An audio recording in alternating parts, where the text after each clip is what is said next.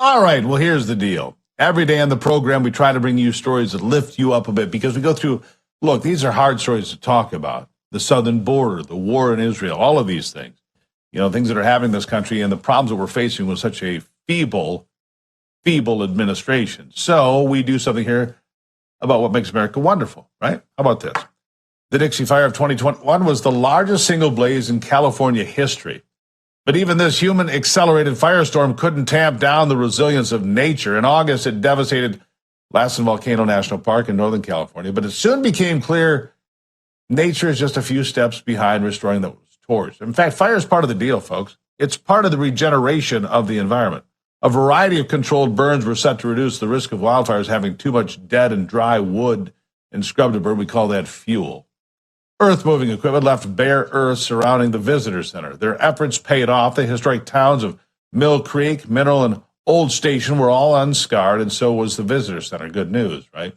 When the mountain finally quieted back down, the result was a different, transformed landscape. It looks devastating. The whole forest reduced to blackened stumps and toothpicks. However, watch what happens. 24 months after the Dixie fires, parts of the landscape can be exploding with new growth. That's how it works, my friends. It's called the cycle of life. Channel your inner Lion King. You'll understand. Pines that require fire, the lodgepole pines, takes 125 degrees for the cones to open and their seeds to be released to the world. The blackened earth becomes wildflowers and native grasses and hillsides.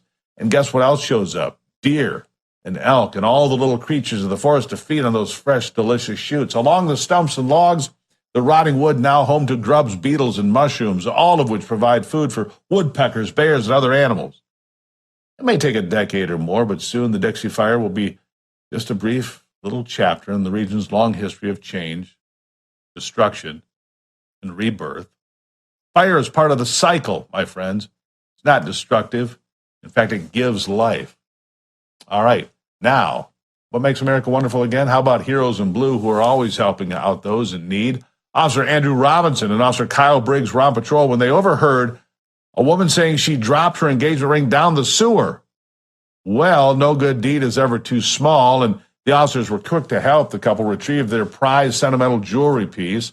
The officers created a tool using a metal pole and masking tape to get it out of the drain. Yeah, check it out. Wait, pull up. Yeah.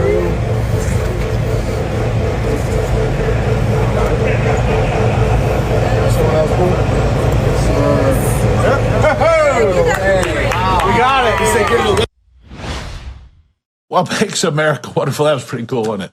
Are the officers who make the difference in our communities, big and small. Their acts of kindness are appreciated and make America a better place to be. Respect the boys and girls in blue, please.